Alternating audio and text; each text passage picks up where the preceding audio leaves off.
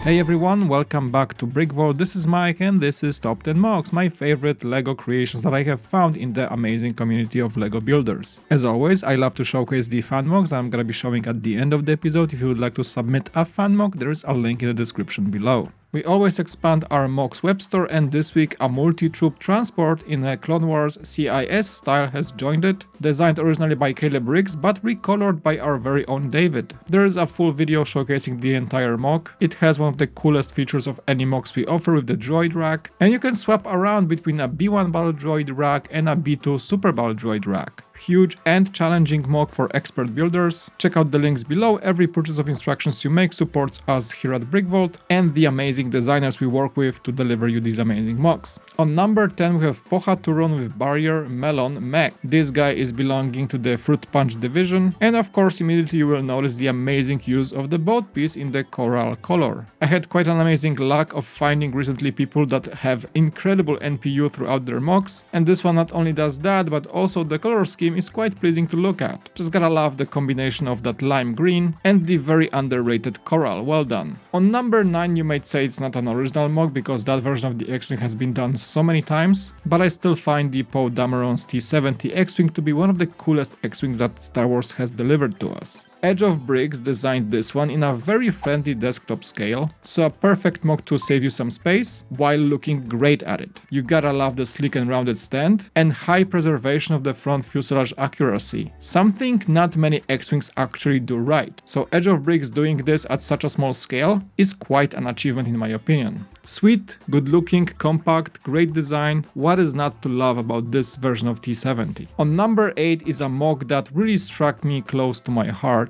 The Witcher 3 Wild Hunt is my favorite game of all time, and this particular scene when Ghalad arrives at Velen and the first thing he sees is the Hanged Man's tree is a moment in the game I will always have in my memory. It's just striking. I replayed that moment so many times in The Witcher 3, I think I played through the entire game like 5 times at this point. The landscape is done so perfectly, even the little bit of an incline because the location is on top of a hill as you overlook Velen traveling from White Orchard. Everything about this MOC is just so accurate. Sure, it's a gruesome scene, but the game is not for the faint of heart. The tree design is spectacular, gotta say that. Landscaping with the variety of colors and textures is amazing, and Geralt on his trusty roach obviously completes the scene to the full effect. Honestly, I love The Witcher as a franchise so much, so I would love to see more MOCs in this style. On number 7 we have a cute MOC by Max Davidson, Solarpunk BOTanist. So a concept of a robot, quite a happy robot if you see at that beautiful face, powered by vegetation is quite cool, I would say. I'm a sucker for tiny yet expressive landscape, and this one is just the example of that. Those brown stalks are working amazing for some alien fauna, just a nice contrast of nougat and tan to create the whole scene, and our happy bot with black and white and huge dome of contrasting foliage. Just it all makes for a very nice composition, don't you think? I always say LEGO is not about the amount of pieces, it's about the execution. On number 6 we have Duncan Lindbo with Gila Mobile Mining Mech, or more specific the Iron Builder Industries CT15429 Gila, or Gila should I say, maybe I think it's Gila. 6-legged excavator mech with a superb design for the whole machinery. I just love the sleekness of it. There is almost no stats visible, which is amazing. We have 2 cute excavators working next to it as some helper drones perhaps. Some landscaping throughout but not too much, so it's not too much of an overwhelming composition if you will.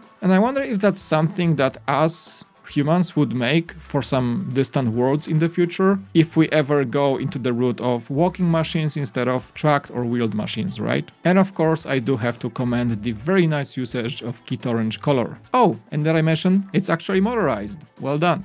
Number 5 is TomStuds with Dragon Knights. You know, castle builds in the LEGO community are quite plentiful, but each one of them has some sort of a different charm. In this case, the goats are not the main charm. I think the main charm for this one is the roof. Shifted and stacked 1x1 tiles in teal create quite an amazing effect. Plus the tower is built with the offset 1x2s, and I love how it blends with the roof's angle. Then we have some texture work on the front steps and the main walls of the tiny castle, and complete with some contrasty orange soil, the trees with the aforementioned goats, plus there are tire pieces for the tree trunks, quite clever, throw a white squirrel at the top of the roof, superb build for the teal pinnacle of the tower, and you have yourself a beautifully composed and highly pleasant to look at scene. It's crazy how much you can pack into such a compact square diorama, right? On number 4 we have not one build but many. By Devid VII I called it Drones, but he has different titles for each scene. There's a deeper story behind it, you can read into it if you check out the link below to his profile. But this is basically an ongoing series of orange and blue drones. There's some red one as well, but they kind of create sort of a sci-fi drama throughout the different locations. And again, I encourage to explore the profile to understand it more. I have to actually spend some more time to fully grasp the whole story, but overall I do love the absolute mastery of photography here and the use of lighting. Sure, there is some editing involved, but it's skillful and subtle, and in the end you have a collection of highly memorable and superbly presented scenes. Something that is sometimes even harder to pull off in LEGO than the actual complexity of the build. MOC number 3 goes really complex and big. Denny's Glaasker with the Peterbilt 389 custom in the 1:13 scale. Now sure, we have some customized pieces in chrome, people do chromify their pieces for such builds often, but even if you took away the chrome, the whole build is insane in its own way.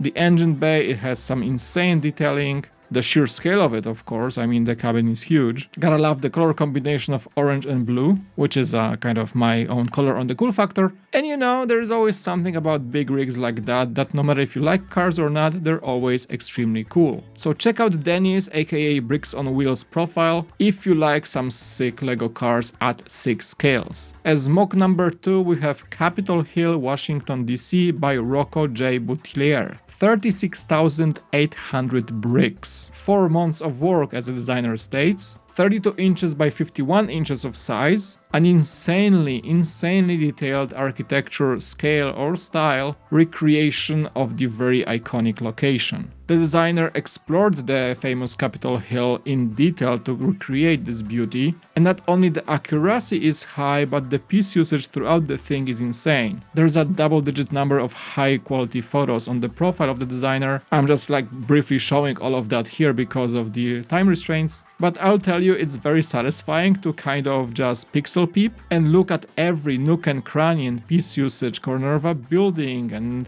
the use of balustrades and all that stuff, how the staircases are built, the whole foliage extravaganza. There's a lot to appreciate in this MOC and, well, the effort it took, right? Absolutely beautiful, and the water effect he did, I mean, that's just brilliant. Check it out, again, links below, and if you're at it, show all the mentions designers some love, visit their profiles and drop them a follow. Okay Mike, but what could possibly top that on number 1 this week? Well, remember that tiger head I kind of already placed quite high, I think was number 1 a few weeks ago? The tiger is finished! I present to you the LEGO Tiger by Dera. And I'm sorry, this is a build that I will showcase twice. That is one of those builds that you just don't see very often in LEGO. You see it like once, twice in browsing the LEGO community. The sheer anatomical detail of this tiger at the scale, I don't know how to describe it. Everything is brick built, there is no sticker magic, nothing like that. The head did preserve the detail we showcased a few weeks ago, so there are elements like the croissants or the turkey bodies and legs, but you kind of don't see them as you explore the quality of the detail of this build, right? Not only retain the detail, we also retain the posability. So a set of pictures that Dera provided are showing the tiger in quite highly natural poses as it proves about its habitat. Builds like this tell me that there is always a way to push the limits of what LEGO can achieve, what builders talented in LEGO can achieve actually, and this is clearly pushing the boundaries of LEGO MOC design.